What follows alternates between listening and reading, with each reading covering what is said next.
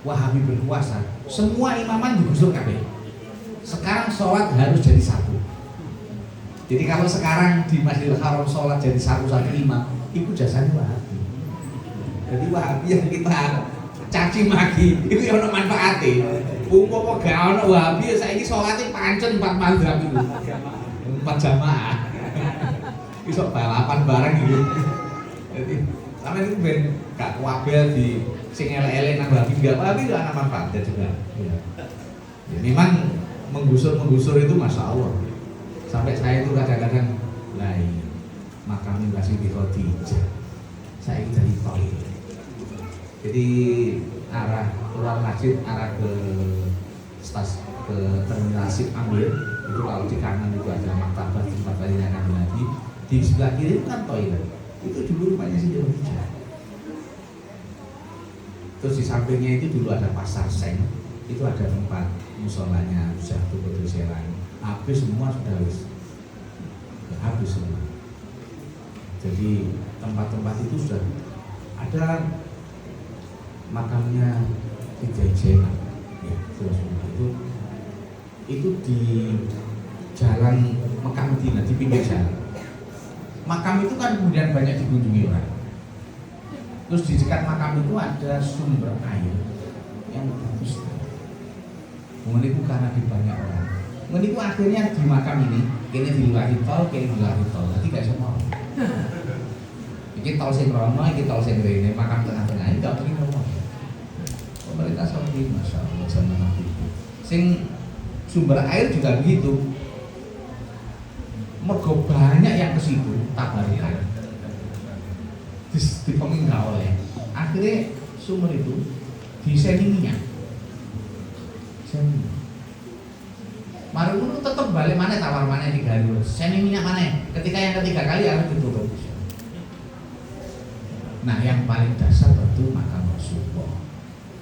Dia juga akan digusur. Yang tempat Baiat Aqabah itu arah menuju Jamarot. Saya dulu haji pertama itu masih ada masjidnya. Jadi itu dibangun masjid. Nah, kemudian dulu itu masjid itu mau digusur. Ditekano bulldozer. Sak ben arep kok kuno bulldozer mati. Tekano maneh mati maneh. Tekano maneh mati maneh. Akhirnya ini ditutup pagri. Guru supaya gak dimarahin wong. Jadi ya seperti itu man.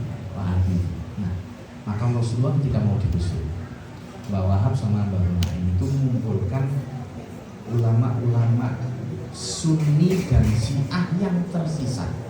Karena begitu Syarif Hussein, raja terakhir, khalifah, kesultanan terakhir, kalah dalam perang melawan pasukan Muhammad bin Abdul Wahab yang didukung Amerika dan Inggris. Syarif Hussein itu kan lari ke Yordania. Sehingga kerajaan Yordania itu adalah kerajaan penerus dari Kesultanan Saudi Arabia. Makanya sekarang ini sak dunia pimpinan negara yang duriyah Rasulullah ya tinggal Yordania, bukan Yaman. Itu yang Yordania. Makanya Yordania itu negaranya kecil, aman. Israel gak wani ganggu, soalnya ngerti iki duriyah Rasul. Yordania negaranya cilik tapi mati kira-kira ngono. Israel gak ganggu. Tapi Yordania ya gak mungkin mari nang Israel negara Jawi. Jumlah tentaranya mungkin tidak lebih dari 50.000. Saya masih ingat ketika mempelajari kira-kira 15 tahun yang lalu ya. Syria itu tentaranya sudah 600.000 ya. Mesir juga 500.000. Yordania selalu itu ya. Padahal berhadapan dengan Israel. Tapi Yordania itu negara yang aman sama sekali. Nah, dikumpulkan di rumahnya Mbah Sodik di Mekah.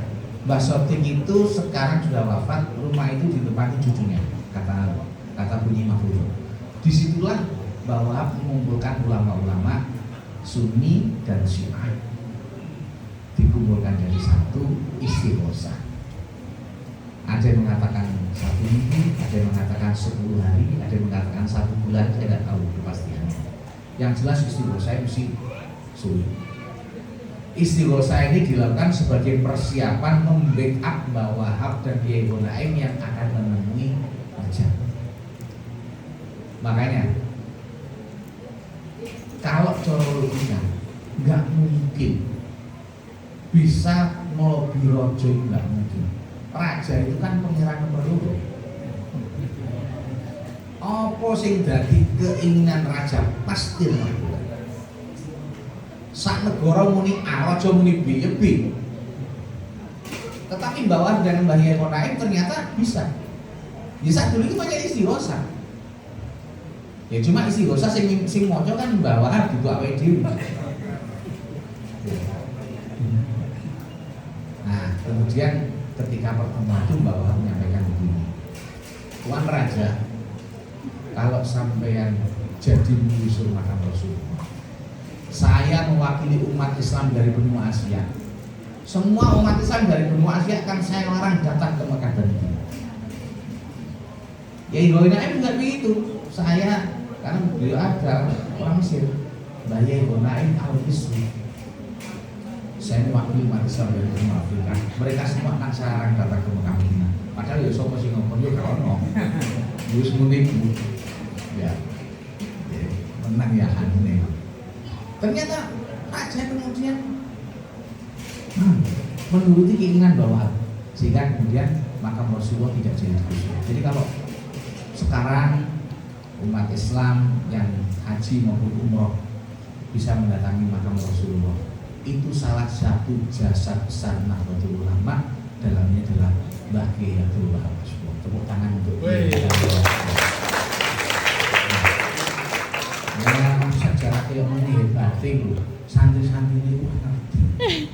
Aku pun yang sampai bahwa saya ketika haji pertama itu masih tahun 2000, masih ketemu dengan mukimin yang sudah belasan tahun di sana, dan mukimin ini sempat ketemu dengan ulama-ulama sepuh Arab Saudi yang menyaksikan peristiwa tahun 1928. Kata teman mukimin, ulama-ulama sini dulu itu kalau hormat kepada Mbah Wahab top, julur sujah. Pokoknya menungso paling berani itu ya Mbah Wahab. Biasanya wong itu ngerasani rojo, oh gak ngantah, ngerasani rojo minimal penjara. Lu Mbah Wahab ganti mau ngerasani. Hari Jumat itu pidato di Masjidil Haram pada Jumatan. Isi pidato itu mengkritik raja. Aneh, tidak ada satupun askar yang di Masjidil Haram sing wani nyekel Mbah Wahab kan. Bisa nggak tahu Mbah Wahab lu wiritan opo ini. Nah ini wiritan ini terus bikin sampean lah sakti lah. Laki-laki paling berani kata ulama Saudi yang sepuh-sepuh itu bukan dari Indonesia. Wah, Abdul Wahab itu. Teman Mukim itu ketika pertama kali dulu ketemu dengan ulama-ulama sepuh-sepuh yang menangi peristiwa 1928, ketemu Indonesia itu langsung. Indonesia itu ya wah mas bu. Padahal Indonesia itu ya pakai sing kepet ya pakai ya. Jadi itu kiai kita itu seperti itu. Jasa yang luar biasa yang tidak mungkin dilupakan. Kemampuan beliau berdiplomasi, kemampuan beliau menyatukan antara ulama Sunni dengan Syiah, itu kan aneh. Sunni sampai Syiah itu ibarat air dengan minyak, tapi kepiawaiannya Mbah Wahab. Pertama karena faktor Mbah Wahab, dan yang kedua jujur saja faktor nasib. Jadi Mbah Wahab itu ketika datang sana ketemu dengan ulama-ulama yang ada di Mekah baik Syiah maupun Sunni, mengatakan saya ini santrinya Habibus Syekh masing-masing. Mereka itu tertawa, orang mungkin bahas itu gue murid santri kok ireng ini, cilik ini tapi kemudian Mbah Wahab menunjukkan kemampuannya, ya, menunjukkan kemampuannya sehingga mereka baru percaya ini santrinya Mbah Hasyim. Jadi faktor Mbah Hasyim yang kedua bahwa andaikan yang disuruh Mbah Hasyim duduk Mbah Wahab kira-kira ya guys. Ini pertama jasa yang luar biasa yang saya kalau berpikir terus kan keluar nalar. Kemampuan beliau melakukan negosiasi. Dan dalam perjalanan sejarah, hampir semua peristiwa-peristiwa penting zaman Soekarno itu penyelesaiannya selalu yang membuat desain bentuk negara. Itu adalah Muktamar tahun 1936, Muktamar ke-11 di Banjarmasin.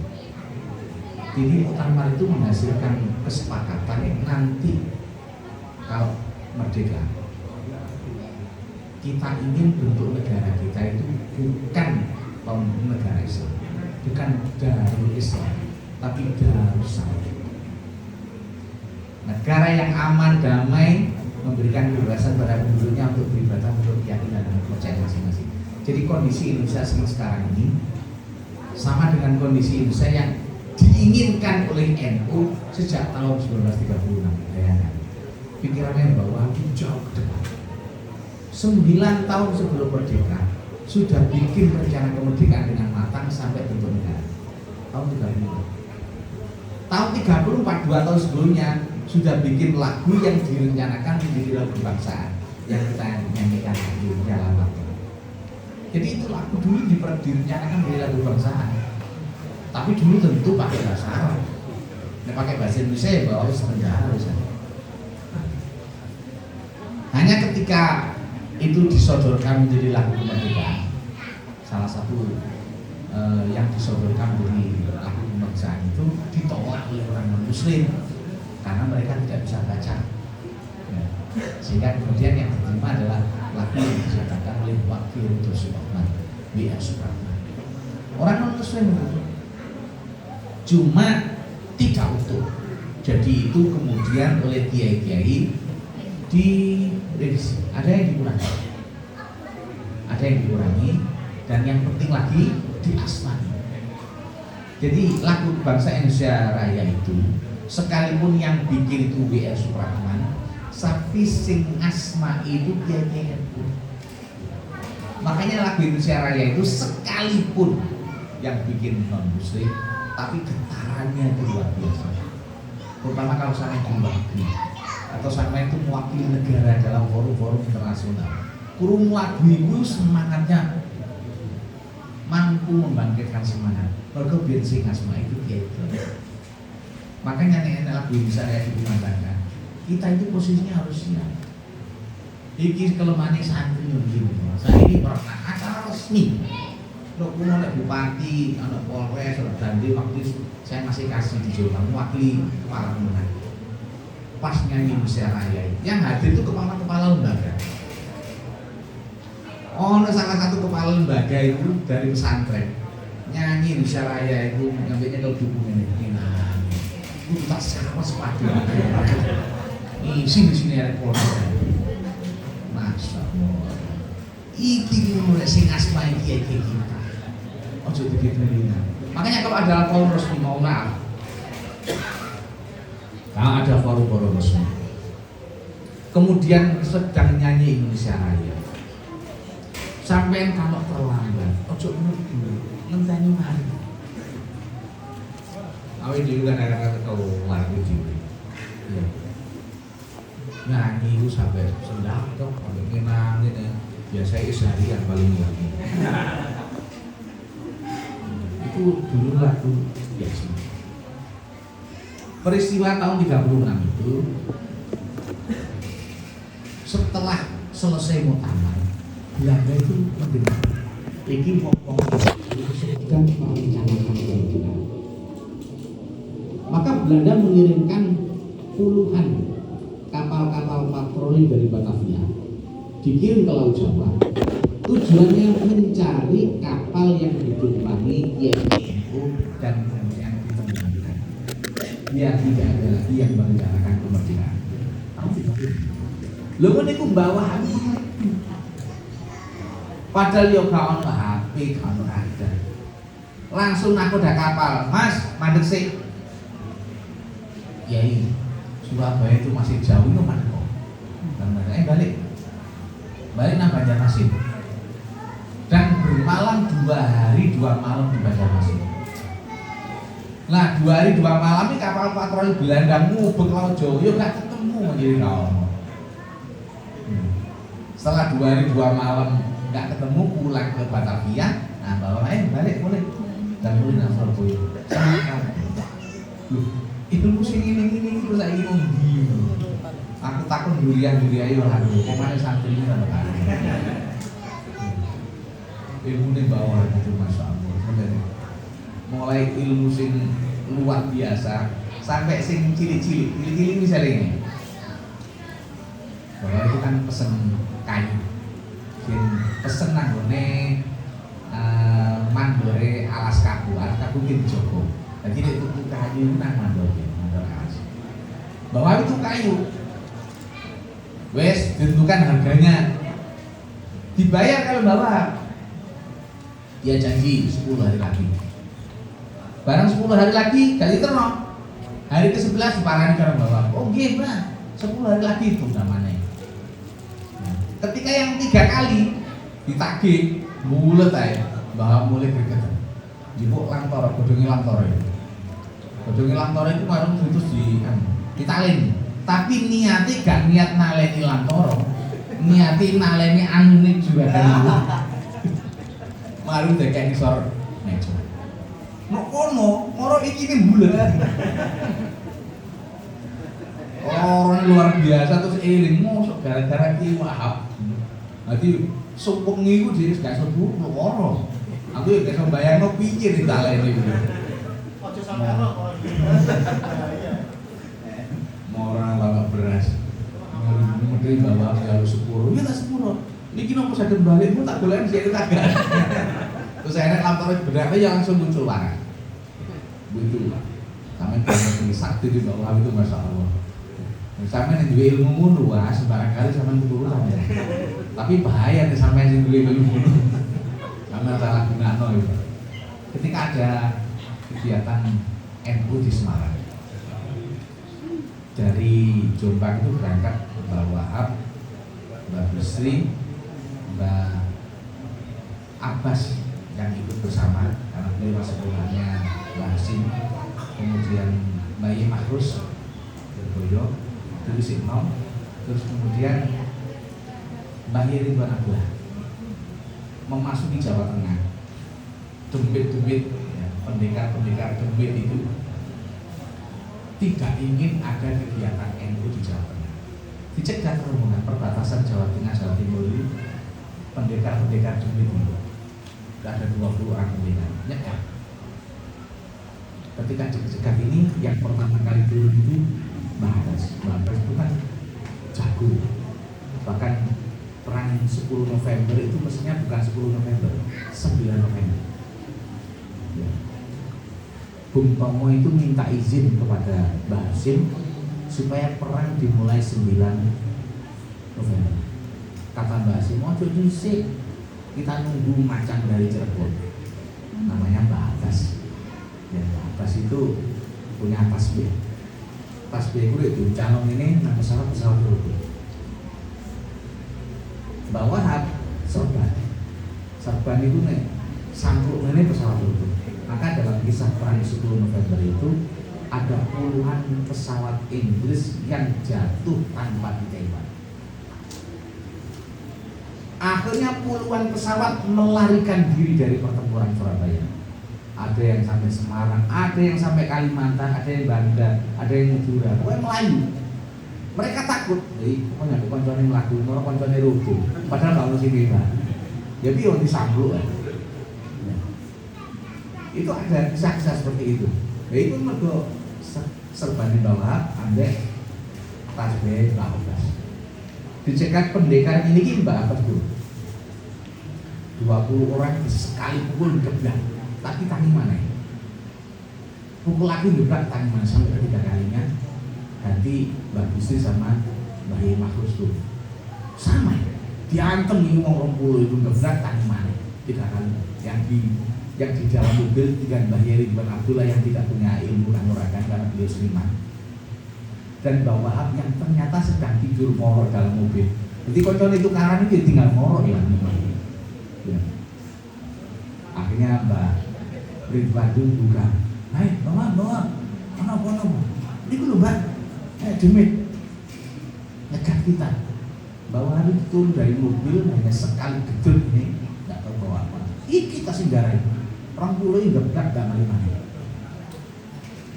Karena bisa membayangkan ilmu kesaktian yang bawa habis kayak. Wah, makanya nggak ngerti ceritanya bahwa kita semakin kaya pada tua, kiprahnya dan lain-lainnya. Dan oh my God, beliau itu pernah dipuji orang.